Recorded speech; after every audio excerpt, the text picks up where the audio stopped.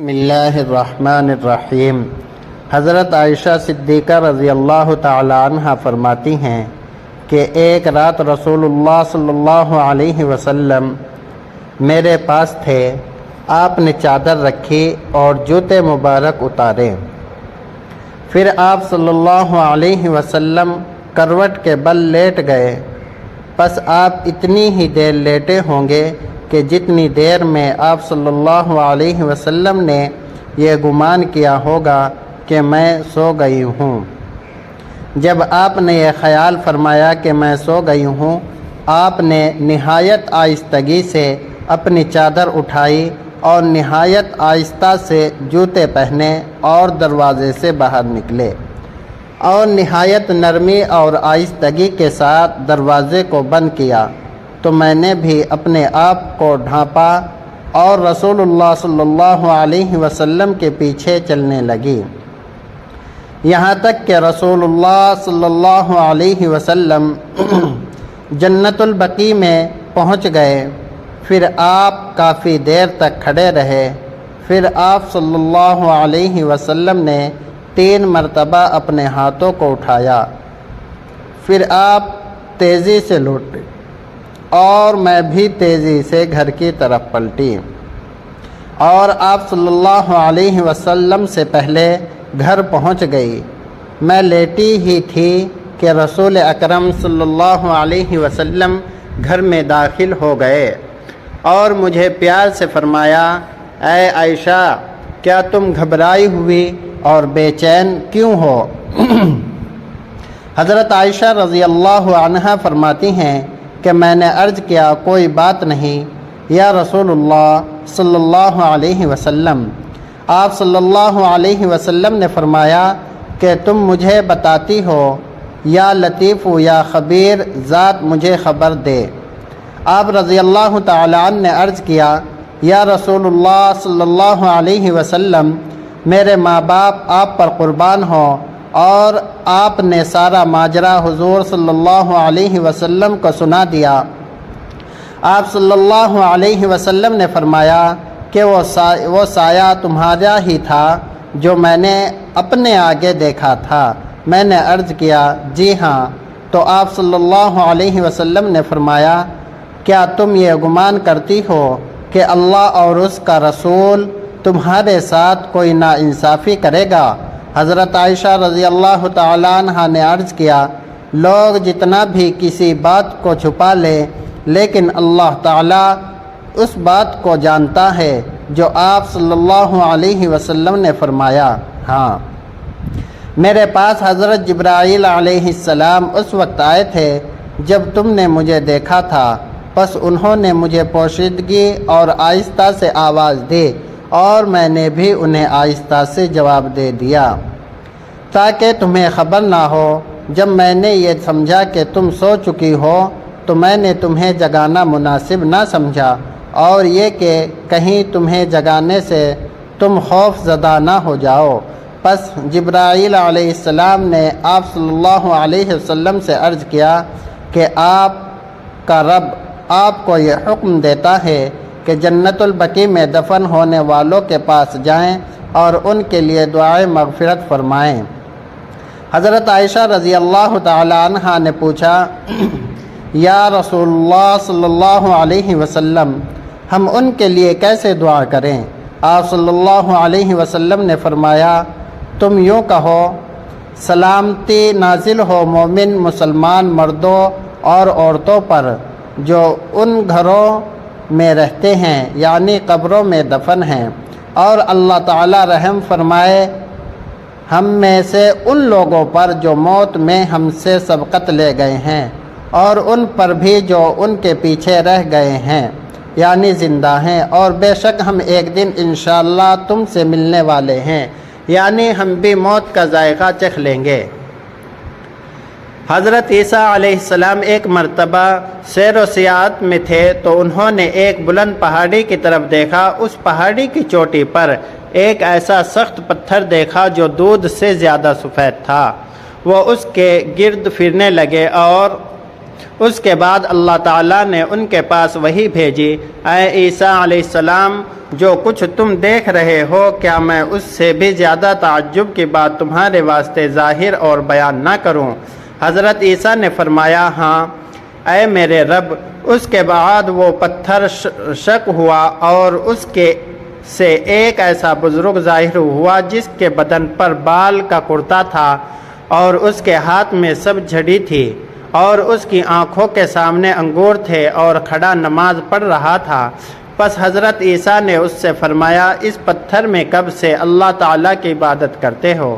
اس نے کہا 400 برس سے۔ حضرت عیسیٰ نے عرض کیا اے میرے اللہ، کیا میں کہہ سکتا ہوں کہ تو نے کوئی مخلوق اس سے افضل پیدا کی ہے؟ پس اللہ تعالیٰ نے ان پر وحی نازل کی، بے شک محمد کی امت میں اگر کسی نے شعبان کا مہینہ پایا اور اس نے 15ویں شعبان کی رات کو نماز پڑھی تو اس کی یہ عبادت میرے نزدیک اس 400 عبادت سے افضل ہے۔ اس کے بعد عیسیٰ علیہ السلام نے کہا اے کاش میں محمد کی امت میں ہوتا۔ حضرت علی رضی اللہ تعالیٰ عنہ فرماتے ہیں کہ رسول اللہ نے ارشاد فرمایا جب شعبان کی 15ویں شب ہو تو رات کو قیام کرو اور دن کو روزہ رکھو، کیونکہ اللہ تعالیٰ اس رات غروب آفتاب سے ہی آسمان نے دنیا کی طرف متوجہ ہوتا ہے اور فرماتا ہے کوئی مجھ سے مغفرت طلب کرتا ہے کہ میں اس کی مغفرت کروں، کون مجھ سے رزق طلب کرتا ہے کہ میں اس کو رزق دوں، کون مبتلا مصیبت ہے کہ میں اسے عافیت دوں۔ اسی طرح صبح تک ارشاد ہوتا رہتا ہے۔ حضرت ابو ہریرہ سے روایت ہے کہ رسول اللہ صلی اللہ علیہ وسلم نے فرمایا کہ شعبان کی 15ویں رات حضرت جبرائیل علیہ السلام میرے پاس آئے اور کہا اے اللہ کے رسول صلی اللہ علیہ وسلم، اپنا سر مبارک اٹھا کر آسمان کی طرف دیکھیے۔ حضور صلی اللہ علیہ وسلم نے دیکھ کر فرمایا کہ رات ہے، تو جبرائیل علیہ السلام نے کہا یہ ایسی رات ہے کہ اس میں اللہ رحمت کے 300 دروازے کھولتا ہے اور ایمان والوں کی بخشش فرما دیتا ہے سوائے مشرک، کاہن، زانی اور جادوگر کے کہ وہ جب تک اپنے گناہوں سے سچی توبہ نہ کریں۔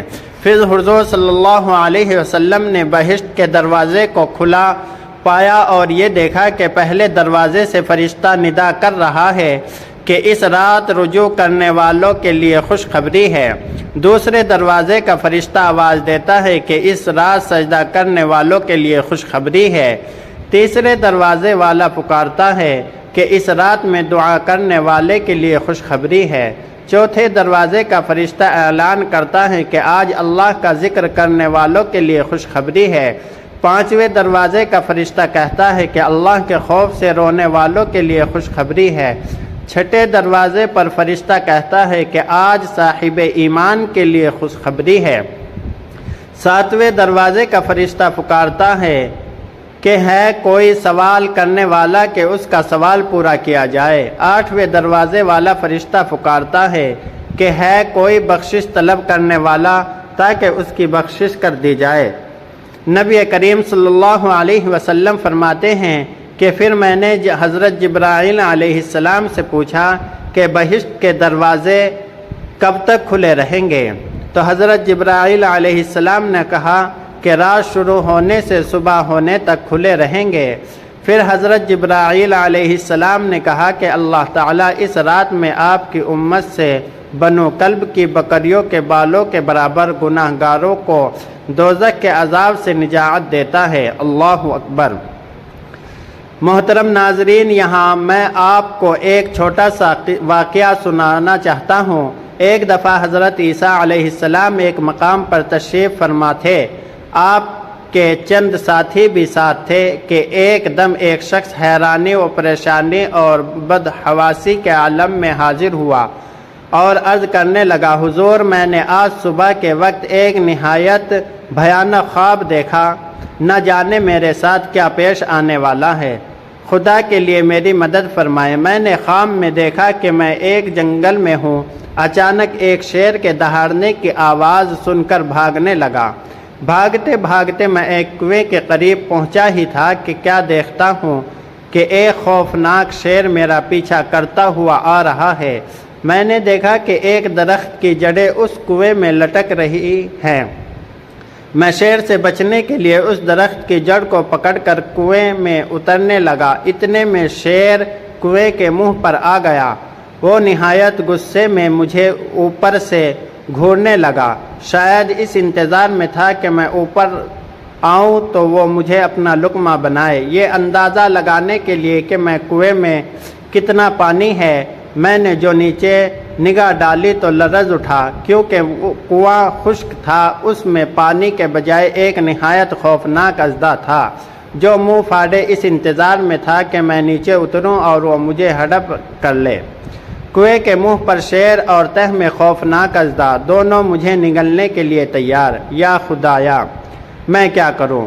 درخت کی جڑ کی ایک شاخ ہی میرا واحد سہارا تھا۔ میں نے اسے مضبوطی سے تھام لیا اور تقدیر کے فیصلے کا انتظار کرنے لگا۔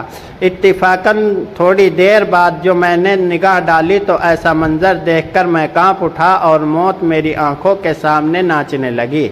کیا دیکھا کہ ایک سفید اور سیاہ پرندہ اور دونوں کنویں میں لٹکی ہوئی اس جڑ کو کتر رہے ہیں۔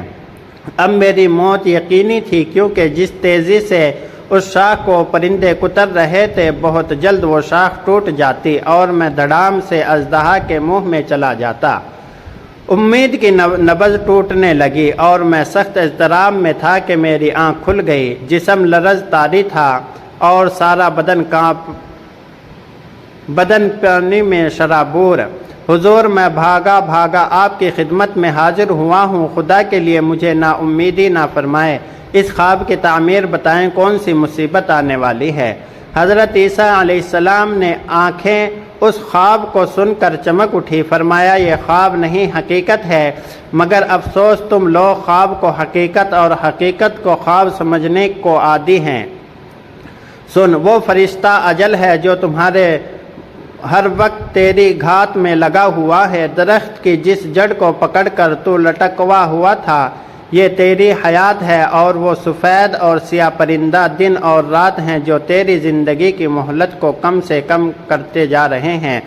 کنویں کی تہ میں جو اژدہا کھلے ہوئے تجھے نگلنے کے انتظار میں تھا، یہ اژدہا نہیں، تیری قبر ہے جس میں ایک نہ ایک دن گر جانا ہے۔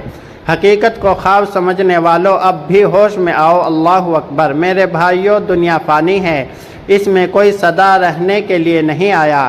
جتنا ہو سکے نیک اعمال کرو، کسی کا دل نہ دکھاؤ، کسی کو دھوکہ نہ دو، کسی کے اوپر تہمت نہ لگاؤ، اپنے اعمال ایسے ہی ضائع نہ کرو، اللہ کی طرف رجوع کرو اور 5 وقت کی نماز باجماعت ادا کرو، پھر دیکھو تمہاری زندگی کیسے گزرتی ہے۔ اللہ پاک ہمیں بہتر عمل کرنے کی توفیق عطا فرمائے۔ اللہ پاک میری اور آپ کی بخشش فرمائے، آمین یا رب العالمین۔ اور اگر آپ کو دوستوں، عزیز ساتھیوں، یہ واقعہ اچھا لگا تو ہمارے چینل کو سبسکرائب اور لائک کریں اور دوسروں کے ساتھ شیئر کریں۔ جزاک اللہ خیر۔